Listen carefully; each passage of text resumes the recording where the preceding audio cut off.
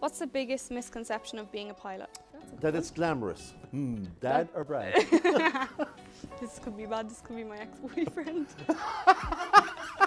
It could be. Well, and he works for Ryanair too.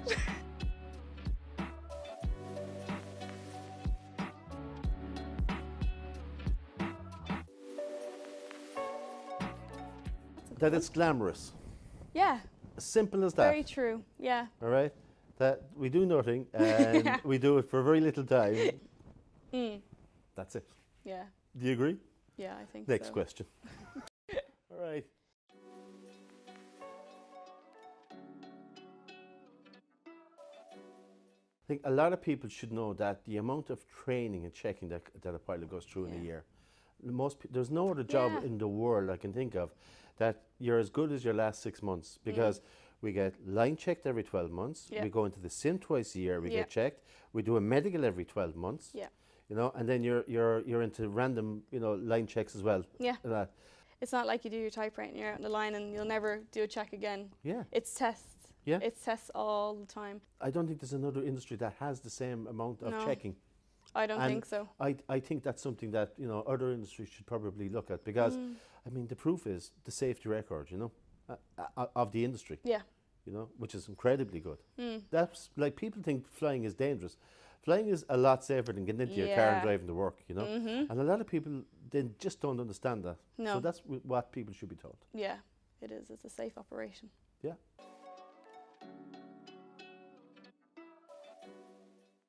I think, like, I wish when I was going for a pilot, like, you're so uncertain when you see these people and they're dressed perfectly and you think, wow, these have to be full of knowledge. I think, like, it's the confidence at the start. Can you do it? And I think I wish I had someone there my age and a girl telling me, another girl who is really unsure, to just believe in yourself, you know. You're going to have days where you are not sure if you can do it. You're going to have days where people are pushing you down. People are not going to believe in you, and I think you just have to really believe in yourself. And if it's the last thing you think about going to sleep at night and the first thing you think about when you wake up, you know you want to be a pilot, you'll get through it then, you know? Yeah. On the 1st of February this year, I was 27 years in Ryanair. Wow. I never felt I wanted to go anywhere else. It was always a fit for me. I just love, the thing I love about the place is the people. I mean, you know, a lot of guys left over the years to go fly the big wide-bodied airplanes, and you know, for me that was just jet lag and dragging the bag around the world, you know. And does it feel like 27 years, or do you think it has gone very fast? It's been a flash. Yeah. Okay, when I started in Ryanair, we had 5 airplanes. Yeah. Very small fleet. We were flying these diesel black and white airplanes called 737-200s, okay?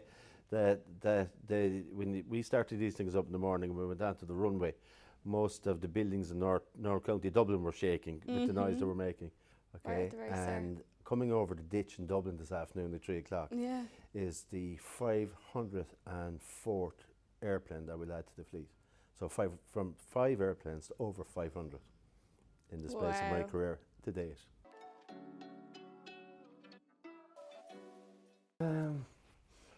Probably there was lots of Sunday afternoons and Saturday nights and that kind of stuff, where everybody else is going on having a good time, or certain events in life where, you know, because you're on shift work, you've had to, you know, walk out the door in your uniform at 2 o'clock on a Saturday knowing that there's a party going on. Yeah.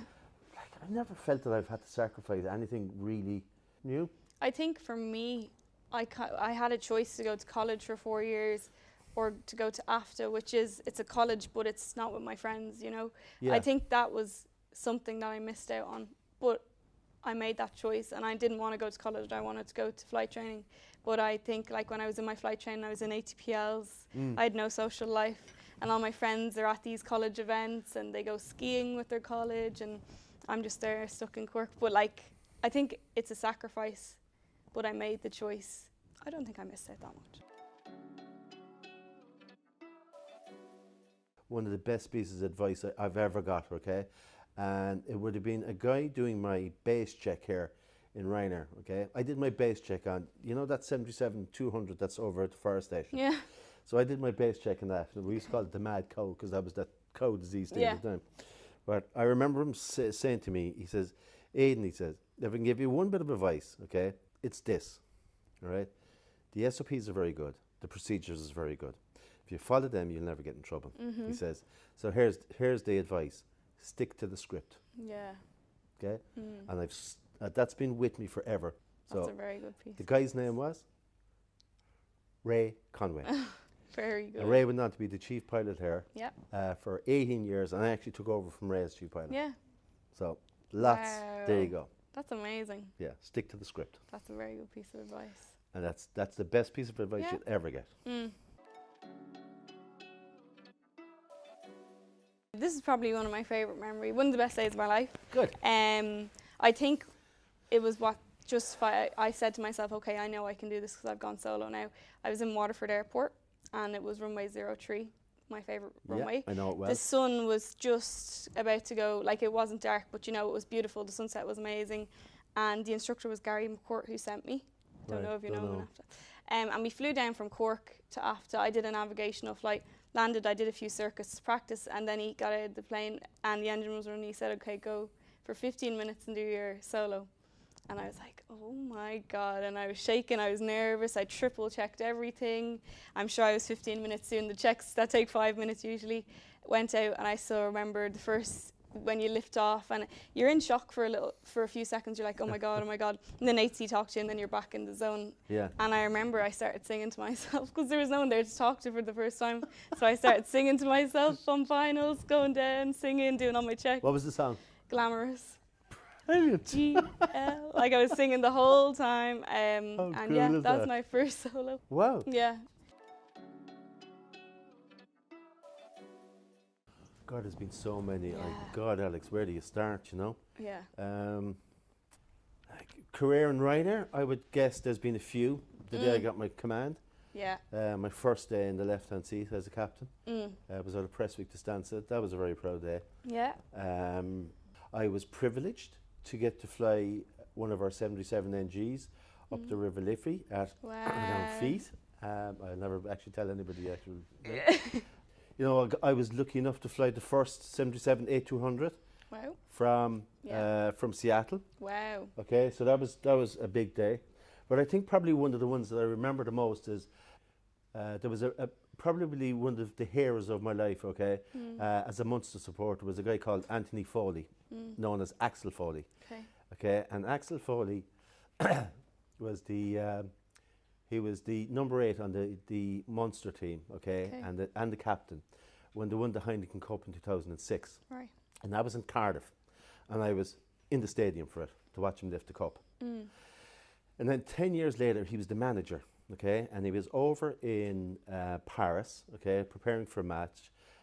Munster weren't doing very well at the time, and I think whatever happened, he was found dead the following morning, okay, so I don't know whatever happened to him overnight, you know, a heart attack or something.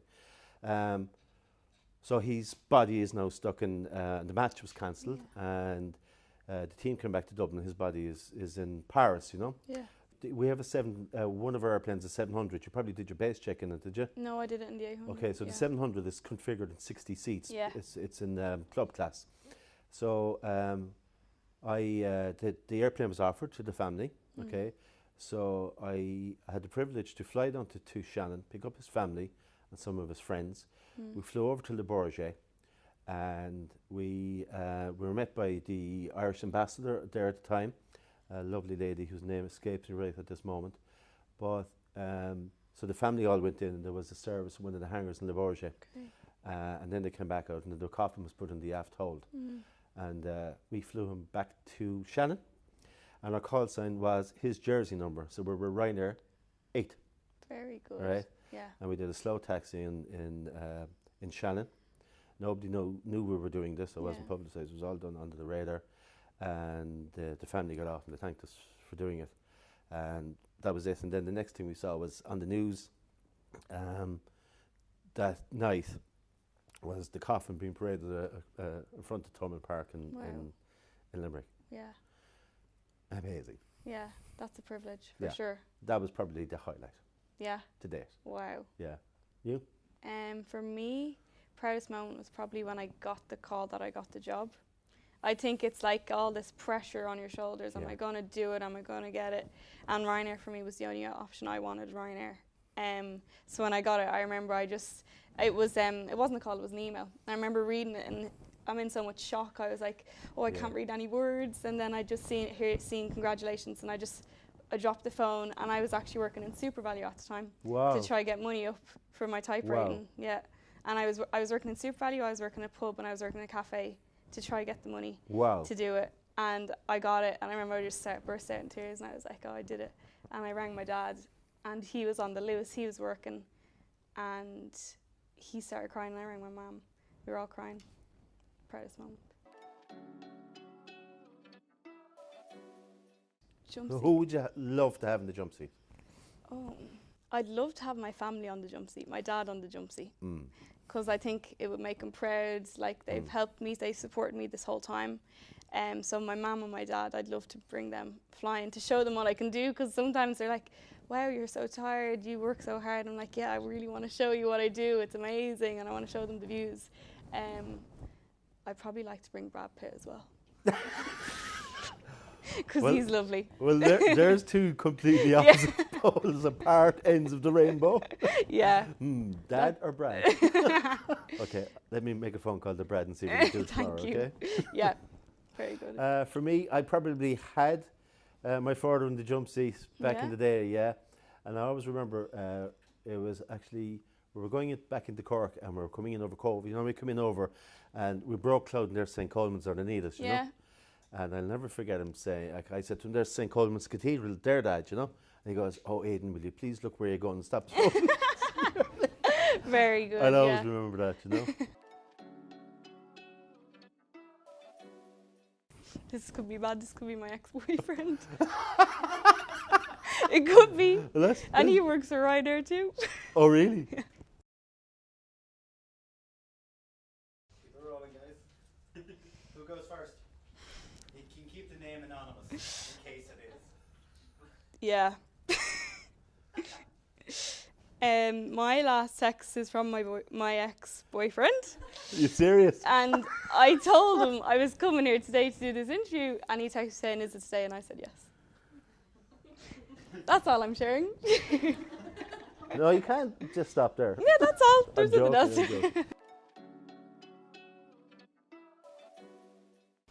Anything you want to know? So what else was in the text? Nope, confidential. I don't know. What's your favourite part of the flight? Because everyone has a favourite part. It has to be landing. Really? Yeah. Okay, that's good. When you get a nice landing. That's where the skill is. Yeah. The skill is actually the approach and landing. The approach and landing. Like I say, anybody can take off in an airplane. It's landing it is the skill. Yeah. You know? True. So that's probably the one for me. Okay. I like to take off. Take off. Do you? Yeah. That's because you're escaping from somewhere. I used to be a sprinter. I think you're trying to get away from someone. Who's texting you? Maybe. No, I used to sprint, and I used to love the speed. Yeah. And that's why I started flying, because it's the same feeling, that speed. I love it. Especially when you've got like 54,000 pounds of thrust at your bequest. When you do a full takeoff, you can feel it. I love it. Cool. Yeah. That's us done? Yeah, I think so. After you. Thank you. Phones.